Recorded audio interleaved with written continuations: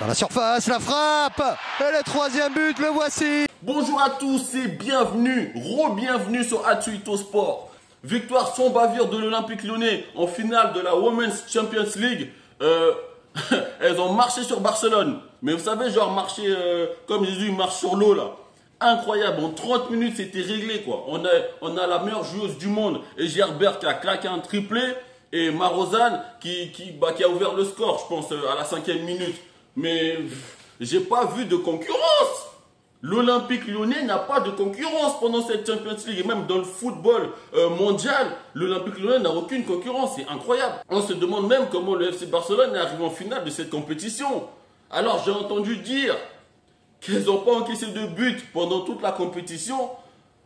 Eh ben, elles ont rattrapé leur stade pendant cette finale. Lyon a dominé en défense, au milieu, en attaque.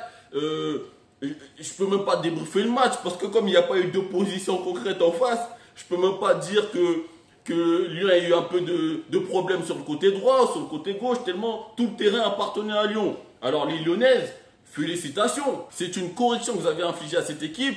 Elles sont arrivées en finale, mais elles ont vu c'est qui les boss du football mondial actuel. Elles ont très bien vu en 30 minutes d'ailleurs.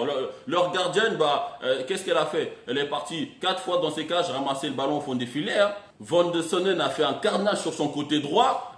Elle a totalement marché sur le latéral gauche du FC Barcelone. Et de l'autre côté, pareil. Alors au début du match, j'ai pas vu Cascarino sur le terrain. Je me suis dit, oh, c'est quoi le bordel là? Parce que si moi, je regarde le football féminin, c'est bien parce qu'il y a Cascarino qui joue, hein, très forte. Hein. Bon, elle est rentrée à la 60e minute, ça m'a fait plaisir. Mais j'aurais préféré la voir en début de rencontre. Van de Sonden ne démérite pas, elle a très bien joué sur son côté. De l'autre côté aussi, ils ont très bien joué.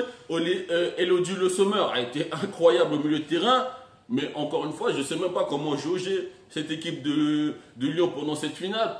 Tellement, les gars, je vous dis qu'il n'y avait pas de concurrence. On passe maintenant aux individualités. J'en ai qu'une à vous présenter. Et Gerbert.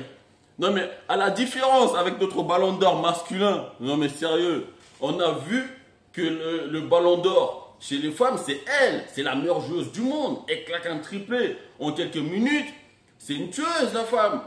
Dès que ça centre, je sais qu'elle va apparaître quelque part. Et elle loupe le quadruplé en seconde période. Je me dis, mais ouais, elle sort d'où? À chaque fois, elle est là pour mettre le ballon au fond des filets. Et c'est là qu'on reconnaît les très grandes joueuses. Elle mérite clairement son ballon d'or.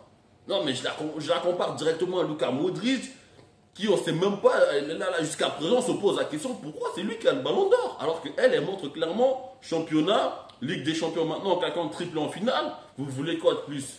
Je ne peux que parler d'elle. Alors, bien sûr, autour d'elle, il y a Le Sommer, Cascarino et Van de Sonden qui l'aident. Mais elle a la finition. Elle bloque la défense adverse à elle seule.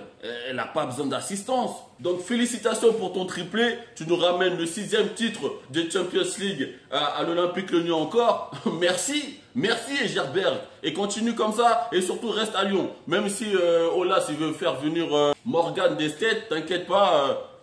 Elle va pas te sauter. T'en fais pas. En ce qui concerne le FC Barcelone, c'est comme chez les hommes. Hein, elles font des passes. Pendant tout le match, elles ont fait des passes. Alors, pour moi, il y a eu une bonne passe pendant tout le match. C'est la passe qui amène le but du 4-1. Mais sinon, elles n'avaient pas le niveau. Comment elles sont arrivées en finale sans mettre 2 buts, sans encaisser un seul but? Je comprends rien. La gardienne, les défenseuses, les milieux et les attaquantes, mais elles sont toutes nulles. Alors il y a la Martens qui est soi-disant extraordinaire. J'ai rien vu du tout. Les Lyonnaises jouaient toutes seules.